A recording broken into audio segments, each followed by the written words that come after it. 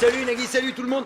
Bonne nouvelle, dis donc, j'ai arrêté de fumer. Là, j'ai monté les 5 marches de la maison de la radio sans vomir de sang. J'ai les poumons d'un enfant de 3 ans. D'ailleurs, il faudra que je pense à les sortir du coffre, ça commence à se sentir. Non, sans rire, je suis en pleine forme.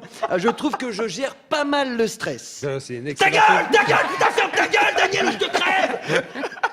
Pardon, excuse-moi. Non, c'est l'inconvénient, j'ai des petites sautes d'humeur.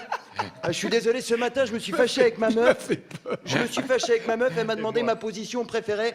Je lui ai dit, c'est quand t'es debout, de dos, et que tu rentres chez toi. Par contre, l'avantage quand t'arrêtes de fumer, c'est que t'as toujours la laine fraîche et printanière, hein, sauf au réveil, bien entendu. Au réveil, tout le monde pue de la gueule.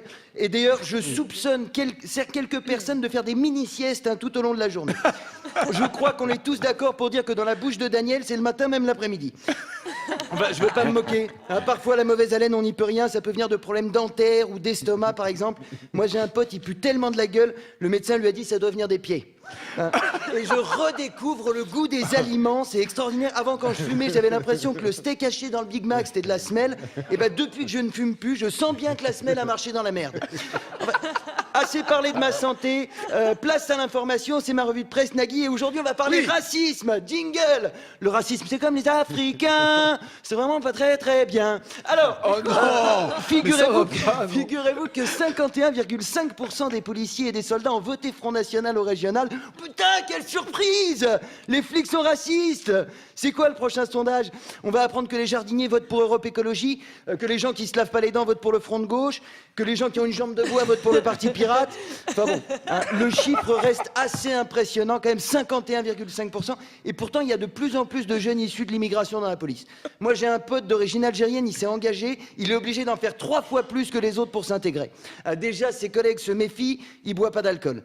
Du coup, pour prouver sa bonne foi, il dit toujours, les gars, j'ai pas le droit de boire, je suis musulman, mais pour prouver que je suis dévot, voilà, je vais faire une bavure.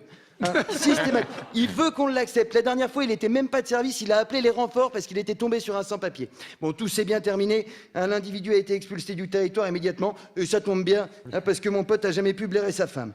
Et même avec les suspects, l'intégration, c'est pas facile. En France, quand on se fait arrêter par la police, on est toujours habitué à entendre l'accent du Sud. Bonjour, police nationale, contrôle des papiers. Avec l'accent algérien, tu perds en crédibilité. Un bijou, police nationale, contrôle des papiers. T'as envie de répondre, eh oh, toi, contrôle des papiers, là. Enfin, en tant que chroniqueur sur le service public, il est de mon devoir de lutter incessamment contre les discriminations odieuses qui divisent le pays des droits de l'homme. C'est toujours rigolo, ça. Pour lutter contre le racisme dans la police, 2 solutions s'offrent à nous. Soit il faut moins de policiers, soit il faut moins d'arabes. Hein, c'est donc la question du jour sur France Inter. Vous avez 24 heures pour voter sur les réseaux sociaux. Demain, à midi, sur le Champ de Mars, seront installées 2 catapultes. Une catapulte à policiers et une catapulte à arabes. En fonction des résultats du vote, 100 000 personnes seront catapultées dans le désert australien. Voilà, quant à nous, on se retrouve la semaine prochaine pour ma chronique vétérinaire. Hein, et on apprendra comment appliquer les premiers soins à un kangourou qui a reçu un CRS sur la tête. Merci de m'avoir écouté. France Inter.